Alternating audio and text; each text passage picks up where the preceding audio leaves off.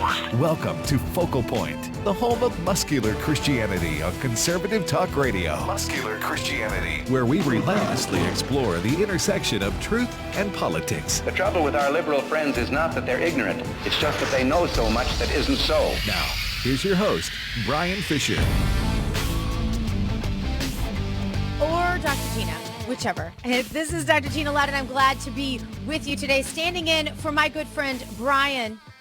We're wishing him all the best today. And it's my honor, my privilege to be with you today. I love this audience. You guys are so much fun. I have so much fun with you. And I'm going to get to more of your calls coming up a little bit later in the show as we talk about the road that we are on politically. Now, for those of you who don't know, I am the wife of a former senator from the state of the Missouri, state senator. So I probably know enough about politics to just kind of be dangerous. That's kind of how I think of it. I know a little bit about politics. I love my faith and stand rock hard in that. I am the mother of 5 amazing children, one by the blessing of adoption who happens to have Down syndrome. And I shared that story with you the last time I had the privilege of being with you. But this is our children's future we are fighting for. And there's a message, even from some conservatives, let's be honest here, of can we just focus on the fiscal issues? Can we just get a candidate in there like a Chris Christie, somebody who does some hard talking? He's a strong leader. He's squishy on some issues, and but he says he's pro-life and he says he's a conservative. How is that going to sit with you? We're going to talk about that. We're going to take your phone calls on that coming up later in the show. But right now, I want to get to a topic that I feel is really important while we are confronting the lies of the progressive left. Now, you probably heard on our news break, as I did at the top of the last hour, that the American Psychological Association, and this, of course, would be my professional association because my background is in psychology, thus the doctor. I've watched as the DSM, which is the Diagnostics and Statistics Manual. It is the handbook of those of us in the mental health field.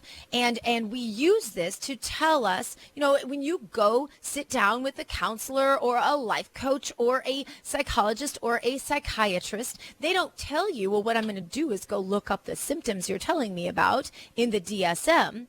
They just simply go do that when you're gone. And then they advise you accordingly. So what the DSM says is very important, especially to us, because the reality is that the secular world isn't going to take a second look at these issues from a faith perspective. In fact, when I'm asked to counsel, as I've been asked several times by different adoption agencies, and I used to serve on the board of Missouri Baptist Children's Home, and they would from time to time say, will you come help us counsel foster parents and newly adoptive parents? And I would say, I would, but I really don't think I'm qualified, and this is why. I went all the way through secular universities, 2 master's degrees and a PhD. One of those is from a Jesuit university, to me, worse than secular universities in some ways. And I would have to unlearn everything I've learned in psychology to talk to someone about truth, because we are indoctrinated in schools, as you well know. And I think that this issue in particular of gay marriage is very tempting for us to drop. It's not tempting for us to drop because conservatives out there are bad people. It's tempting to drop because it's easy to drop. Because people don't understand where we're going, the path that we are treading down toward polygamy and pedophilia if we are to drop the issue of gay marriage. Some people say the slippery slope argument is radical or extremist. I'm going to explain to you why it's not radical or extremist. Many of you helped me prepare, as I told you before, when I was to go on Al Jazeera. I played one clip for you in the first segment, but I want to play another clip for you from my appearance on Al Jazeera about the definition of marriage. This comes from Ryan Anderson's book, What is Marriage? A very important, to me, a baseline book if you're going to think about the issue of gay marriage. And I'm going to get to why the argument of eliminating gay marriage is a lie from the progressive left and the elite on both sides of the aisle in Washington, D.C., after you hear a couple of these clips. Clip 2, Jeff. Well, Gina, when it comes to gay marriage, there's usually a slippery slope argument, right? That if you legalize and normalize gay marriage, it would lead to X, Y, and Z fears. So talk to us about that argument right now. What's the main concern within this part of the GOP, that if you normalize gay marriage, what will it lead to? Well, I think, first of all, what we have to do is take away the argument that just because you disagree with someone on one issue means you have to hate them, or you have to fear them, or you have to not want them to be a part of your group to fight for something that's good. Rick Warren put it really well. There's a quote that says something like, you don't have to do away with your convictions to have compassion for somebody. We can still be compassionate. I think that there are two different things we're talking about here. When you're talking about redefining something, you have to first ask yourself, well, what is the definition? And if you talk about a conjugal definition of marriage, that's an entirely different thing from the revisionist definition of marriage. Ryan Anderson puts it in his book, What is Marriage? He talks about that, and he says that, religions as diverse as Christianity, Judaism, and Islam agree on the conjugal definition of marriage. But if you're talking about the redefinition of marriage, as many here are today, which is your right to love whoever you want to love, very few people disagree with somebody's right to love somebody. The question comes then, how do you write a law? How do you define that? Do you say that any two people who love each other can be considered married? And then what do you say to the person who says, but we're three people and we love each other? Why are you leaving us out of that equation? So these are where the questions get more complicated and harder to define and harder to write into law and make everybody feel good about it. That's why societies historically have deferred to the conjugal definition of marriage. And that's important because next to come, if we use the redefinition of marriage rather than the conjugal definition of marriage, which is what they're trying to do, then you say you are automatically just discriminatory if you say two people. So next they're going to say, well, what about three? What about four? What about five? What about if I like my dog? What about if I like children? Now, the APA is backing up their efforts, the American Psychological Association, in redefining pedophilia, as you heard on our news break earlier, to be an orientation. And it is only a problem, according to the American Psychological Association, if that person has anxiety about feeling these feelings toward children. Clip 3, Jeff. Okay, Gina, with people leaving the party, like Judge Key, do you think it's possible for the GOP to move forward with this current internal divide?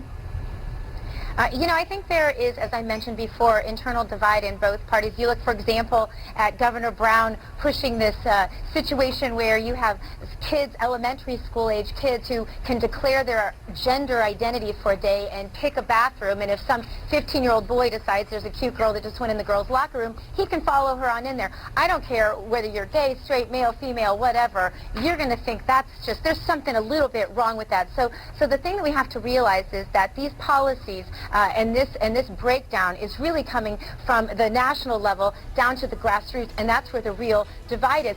Social issues don't exist exclusive of other issues. And so you take, for example, the issue of abortion, a very controversial issue, and no matter how you feel about it, you have to recognize the fact that taxpayers spend $1 million a day funding abortions. Now that makes it immediately a fiscal issue, whether we want to call it just a social issue or what.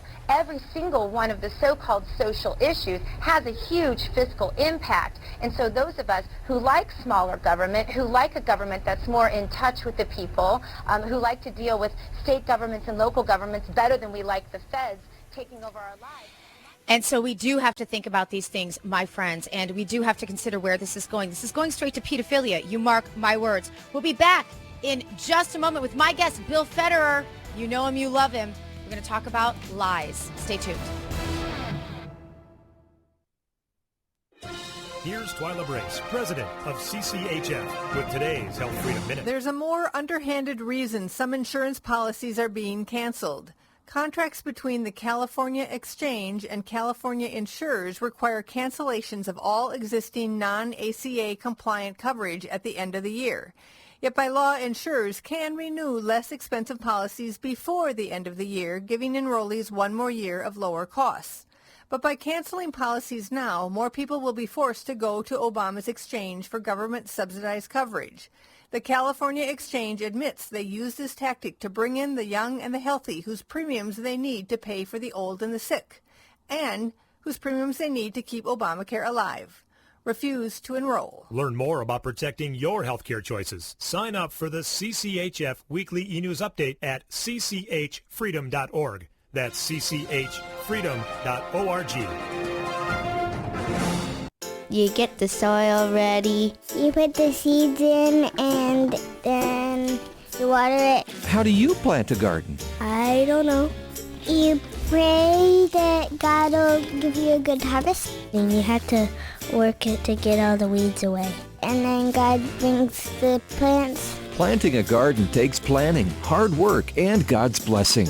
So does creating a lasting legacy for the people and charities that mean the most to you. The AFA Foundation is here to help you sow the financial seeds God has blessed you with in order for them to blossom for generations to come. We do this by offering free consultation and assistance in the areas of charitable gift annuities, estate planning, will and trust planning, and bequests. To learn more, call 800-326-4543, extension 345. 800-326-4543, extension 345, or visit afafoundation.net. This is Focal Point with Brian Fisher on AFR Talk.